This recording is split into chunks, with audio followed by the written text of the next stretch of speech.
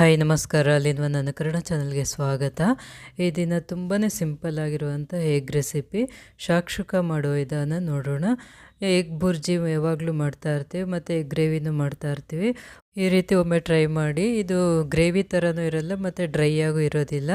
ಇದು ಚಪಾತಿ ಅನ್ನಕ್ಕೆ ತುಂಬಾ ರುಚಿಯಾಗಿರುತ್ತೆ. ಈಗ ಶಾಕ್ಷುಕ ಮಾಡೋದಕ್ಕೆ ಒಂದು ಪ್ಯಾನ್ನಲ್ಲಿ ಸ್ವಲ್ಪ ಎಣ್ಣೆ ಎಷ್ಟು ಬೇಕೋ ಅಷ್ಟು ಒಗ್ಗರಣೆಗೆ ಬೇಕಾದಷ್ಟು ಎಣ್ಣೆನ ಸೇರಿಸ್ಕೋಬೇಕು.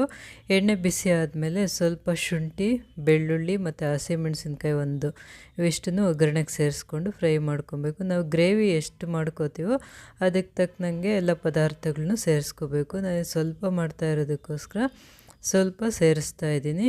ಬೆಳ್ಳುಳ್ಳಿ ಮತ್ತು ಶುಂಠಿನ ಸಣ್ಣದಾಗಿ ಕಟ್ ಮಾಡ್ಕೋಬೇಕು. ದೊಡ್ಡ ಸೈಜಿಂದು ಒಂದು ಈರುಳ್ಳಿನ ಸಣ್ಣದಾಗಿ ಕಟ್ ಮಾಡಿ ಸೇರಿಸ್ಕೋಬೇಕು. ಈರುಳ್ಳಿನ ತುಂಬ ಫ್ರೈ ಮಾಡೋದೇನು ಬೇಡ, ಒಂದು ಅರ್ಧ ಭಾಗ ಫ್ರೈ ಆದರೆ ಸಾಕು. ನಾವು ಹಾಕಿರೋ ಎಲ್ಲ ಪದಾರ್ಥಗಳನ್ನೂ ಜಾಸ್ತಿ ಫ್ರೈ ಮಾಡಬಾರ್ದು. ಈರುಳ್ಳಿ ಫ್ರೈ ಆಗೋದಕ್ಕೆ ಸ್ವಲ್ಪ ಉಪ್ಪನ್ನು ಸೇರಿಸಿದ್ದೀನಿ. ನೋಡಿ, ಈಗ ಅರ್ಧ ಭಾಗ ಫ್ರೈ ಆಗಿದೆ ಈರುಳ್ಳಿ. ಇದಕ್ಕೆ ಒಂದು ದೊಡ್ಡದೊಂದು ಕ್ಯಾಪ್ಸಿಕಮನ್ನು ಸಣ್ಣದಾಗಿ ಕಟ್ ಮಾಡಿ ಸೇರಿಸ್ತಾ ಇದ್ದೀನಿ. ಕ್ಯಾಪ್ಸಿಕಮ್ಮು ಅಷ್ಟೇ ತುಂಬ ಫ್ರೈ ಮಾಡೋದು ಬೇಡ, ಹೈ ಫ್ಲೇಮ್ ಇಟ್ಕೊಂಡು ಒಂದು ಸ್ವಲ್ಪ ಹೊತ್ತು ಫ್ರೈ ಮಾಡ್ಕೋಬೇಕು. ಇದಕ್ಕೆ ಬೇರೆ ಕಲರ್ಗಳು ಬರುತ್ತಲ್ಲ ಕ್ಯಾಪ್ಸಿಕಮ್, ಅದನ್ನಾದರೂ ಸೇರಿಸ್ಕೋಬೋದು. ನೋಡಿ, ಇದು ಸ್ವಲ್ಪ ಫ್ರೈ ಆಯಿತು. ಈಗ ಟೊಮೆಟೊನ ಸೇರಿಸ್ತಾ ಇದ್ದೀನಿ. ನಾನು 2 ಟೊಮೆಟೊ ತೊಗೊಂಡಿದ್ದೆ. ಅದರಲ್ಲಿ 1.5 ಟೊಮೆಟೊನ ಮಿಕ್ಸಿ ಜಾರ್ಗೆ ಸೇರಿಸ್ಕೊಂಡು ಪೇಸ್ಟ್ ಮಾಡ್ಕೊಂಡಿದ್ದೀನಿ.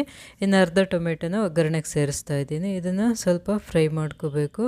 ಬೇಕಿದ್ದರೆ ಪೂರ್ತಿ ಟೊಮೆಟೊನ ಸಣ್ಣದಾಗಿ ಕಟ್ ಮಾಡಿ ಸೇರಿಸ್ಕೋಬೋದು. ಆ ರೀತಿ ಆದರೂ ಮಾಡ್ಬೋದು, ಅಥವಾ ಮಿಕ್ಸಿ ಜಾರ್ಗೆ ಸೇರಿಸ್ಕೊಂಡಾದರೂ ಮಾಡ್ಕೋಬೋದು. ನೋಡಿ, ಇದು ಪೇಸ್ಟ್ ಮಾಡ್ಕೊಂಡಿದ್ದು ಅದನ್ನು ಸೇರಿಸ್ತಾ ಇದ್ದೀನಿ. ಇದೆಲ್ಲ ಹಾಕಿದ್ಮೇಲೆ ಒಂದು ಸ್ವಲ್ಪ ಹೊತ್ತು ಚೆನ್ನಾಗಿ ಫ್ರೈ ಮಾಡ್ಕೋಬೇಕು. ಹಸಿ ಸ್ಮೆಲ್ ಹೋಗಬೇಕು, ಅಲ್ಲಿವರೆಗೂ ಫ್ರೈ ಮಾಡ್ಕೋಬೇಕು. ಬೇಕಿದ್ದರೆ ಒಂದು ಸ್ವಲ್ಪ ನೀರನ್ನು ಸೇರಿಸ್ಕೋಬೋದು.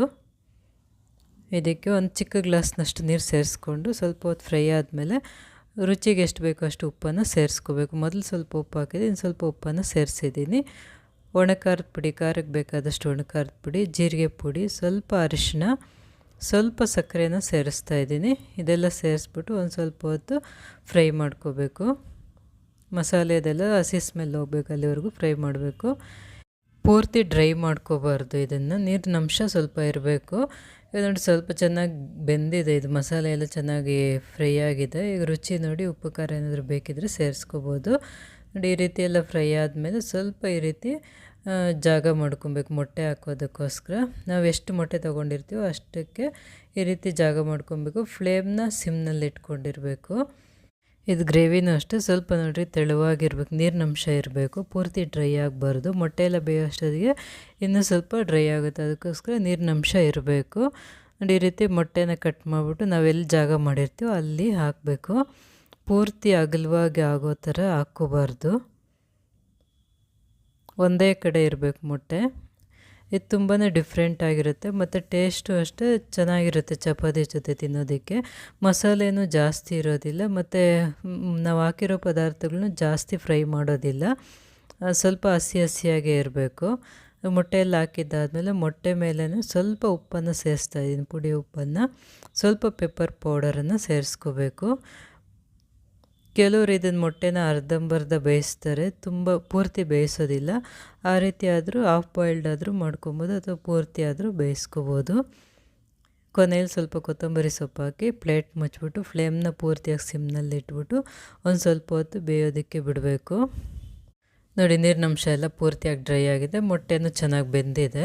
ಈ ರೀತಿ ಮಾಡ್ಕೋಬೇಕು. ಇದನ್ನು ಹಾಗೆ ಮೊಟ್ಟೆ ಸಮೇತ ಸರ್ವ್ ಮಾಡಬೇಕು. ಗ್ರೇವಿ ಸ್ವಲ್ಪ, ಮೊಟ್ಟೆ ಸ್ವಲ್ಪ. ಇದು ಚಪಾತಿ ಜೊತೆ ತುಂಬಾ ರುಚಿಯಾಗಿರುತ್ತೆ, ಅನ್ನಕ್ಕೂ ಚೆನ್ನಾಗಿರುತ್ತೆ. ತುಂಬಾ ರುಚಿಯಾದಂಥ ಶಾಕ್ಷುಕ ರೆಸಿಪಿ ರೆಡಿಯಾಗಿದೆ.